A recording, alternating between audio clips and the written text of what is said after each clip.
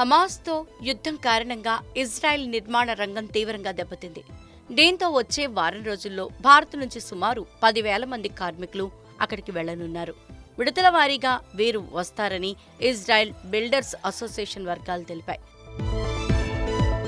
పరస్పర ఘర్షణ వల్ల పాలస్తీనా కార్మికుల ప్రవేశాన్ని ఇజ్రాయెల్ నిషేధించింది. యుద్ధం కారణంగా ఇతర దేశాల కార్మికులు సైతం అక్కడి నుంచి వెనుతిరిగారు. దీంతో ఇజ్రాయెల్ నిర్మాణ రంగం తీవ్రమైన మానవ వనరుల కొరతను ఎదుర్కొంటోంది. ఈ నేపథ్యంలో ఇజ్రాయెల్ ప్రధాని నెతన్యాహు గత డిసెంబర్లో భారత ప్రధాని మోదీతో టెలిఫోన్ సంభాషణ జరిపారు. భారత్ నుంచి కార్మికుల రాక విషయాన్ని వీరు చర్చించారు.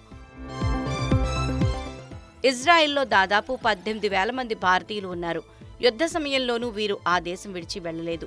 గత ఏడాది మే నెలలో ఇజ్రాయెల్ విదేశాంగ మంత్రి ఎలి కోహెన్ ఢిల్లీలో పర్యటించారు. ఆ సందర్భంగా భారత్ నుంచి నిర్మాణ రంగంలో 34,000 మంది కార్మికులు, ఆసుపత్రిలో మరో 8,000 మంది సిబ్బంది అక్కడ పనిచేసేందుకు ఇరు దేశాల మధ్య ఒప్పందం కుదిరిందని ఇజ్రాయెల్ విదేశాంగ మంత్రిత్వ శాఖ ఒక ప్రకటనలో పేర్కొంది.